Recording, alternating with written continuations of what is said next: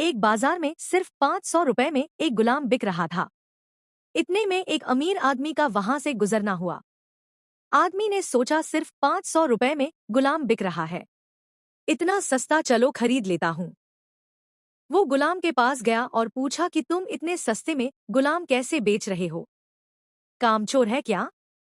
गुलाम का मालिक बोला, बिल्कुल कामचोर नहीं है, बहुत मेहनती है, सारी खूबियां है, बस इसमें एक ऐब है, यह कभी कभी चुगली कर देता है।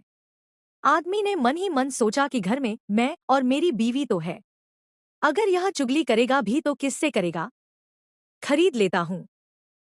खरीद कर गुलाम को घर ले आया। कुछ दिनों तक तो गुलाम ने बहुत अच्छे से काम किया, लेकिन फिर एक दिन उसे चुगली का कीड़ा काटा। वो सबसे पहले उस आदमी की बीवी के पास गया और बोला, मेम साहब, आपको पता है साहब का बाहर किसी औरत के साथ चक्कर चल रहा है।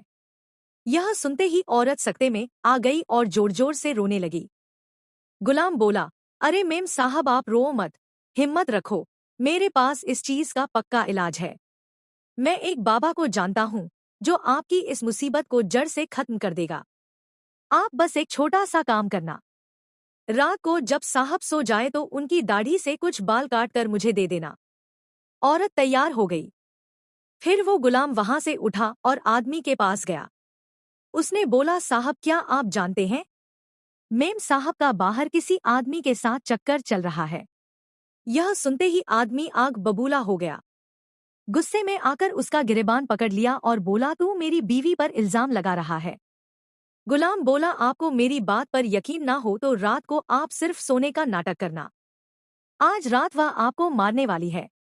आदमी तैयार तो हो गया, लेकिन वह बोला, अगर तेरी बात झूठ निकली तो मैं तुझे जान से मार दूंगा। रात हुई, आदमी ने सोने का नाटक किया।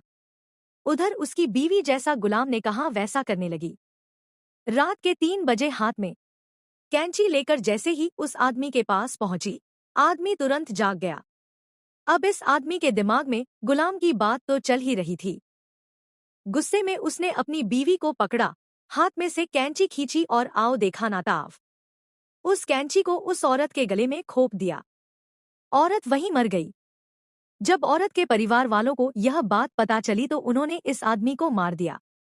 और जब आदमी के परिवार वालों को यह बात पता चली तो दोनों परिवार आपस में ऐसे भिड़े कि दोनों परिवार पूरी तरीके से खत्म हो गए। इसलिए कहते हैं, शरीर में घुले जाने वाले जहर का तो फिर भी इलाज है, लेकिन कान में घुलने वाले जहर का इस दुनिया में कोई इलाज नहीं है। यह एक ऐसा जहर है जो नस्लें बर्बाद कर देता है। सुनी सुनाई बातों पर